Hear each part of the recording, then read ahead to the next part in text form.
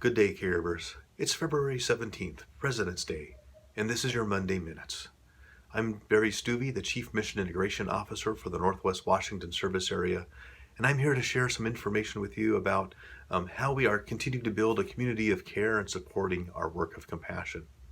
First, I want to dispel a rumor.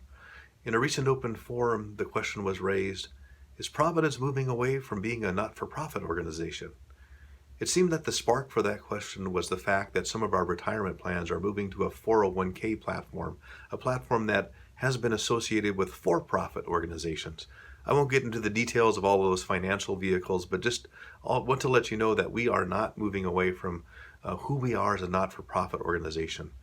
We take seriously our call to put all of our resources into helping the poor and the vulnerable of our community, and we are working to be the best stewards of those resources that we can to make the biggest impact.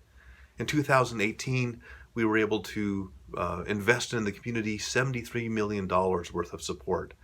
That came in the form of unreimbursed care, investments in other community agencies that are doing work that's important for the health of our community, and also the programs that we extend to our neighbors. We'll be continuing with this kind of work and accounting for this kind of work in our community benefit reporting. And our numbers for 2019 are being compiled right now, and you'll be able to see those soon. The question about a shift for a not-for-profit status was appropriately connected to our mission alignment. If we are in this work for financial gain, then we would certainly be following a different mission. If anything, we are deepening our commitment to this mission as a Catholic healthcare organization. And a new development this year in the Providence St. Joseph Health world is that we'll be conducting mission fidelity assessments. And these are times when all of our local ministries will be examining our work, examining our way of organizing things and conducting our work together to see if we are really doing the best that we can to be serving the poor and the vulnerable, to be supporting each other in our work of compassion. And we'll be having that take place here in Everett in about the middle of the year. So you'll be seeing some information come out about this in springtime. So watch for that news. And another sign that our mission connection here is alive and well and working powerfully is that we're going to be able to expand our ability to support caregivers who've experienced a traumatic event happening in our work environment. We call these events critical incidents.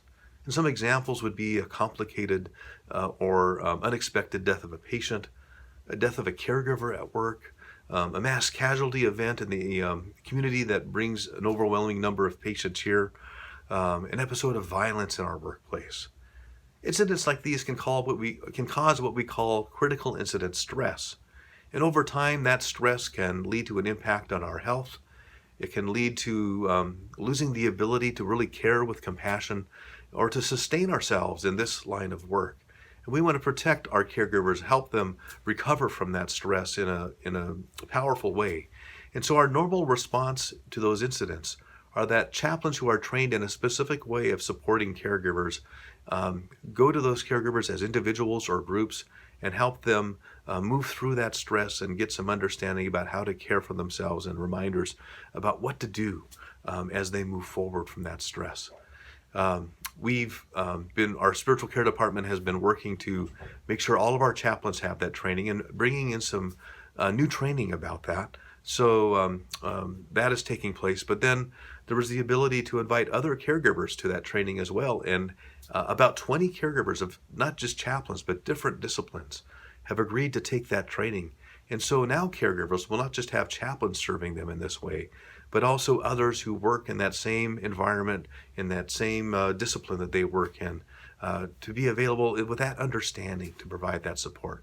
So we're very excited about that and very grateful to those of you who have signed up to take that training in April. We look forward to that. We have some quick reminders about things to attend to during this week. During February, the Children's Association is collecting new and gently used Dr. Seuss books. They'll be giving these to children in the PMG clinics in Monroe and Snohomish for Read Across America Month in March. So if you'd like to gather those books, you can bring them to those two clinics or to volunteer services. And there's more information about this in Caregiver News and the intranet. The lab is coming up with a new test directory. And on March 2nd, they'll have a hard go live on the specimen labeling policy. So you want to pay attention to that if you interact with the lab. There are more details on the internet about that as well. And then a reminder, have you changed your password for your network logon yet? Do it soon so that you're not locked out when you're in the middle of some important work. There's more information about that on the internet page as well.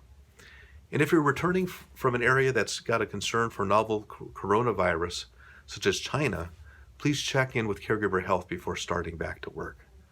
So thanks for tuning in today. Thank you for your heart of service that brings you to the work of caregiving, and blessings on your day.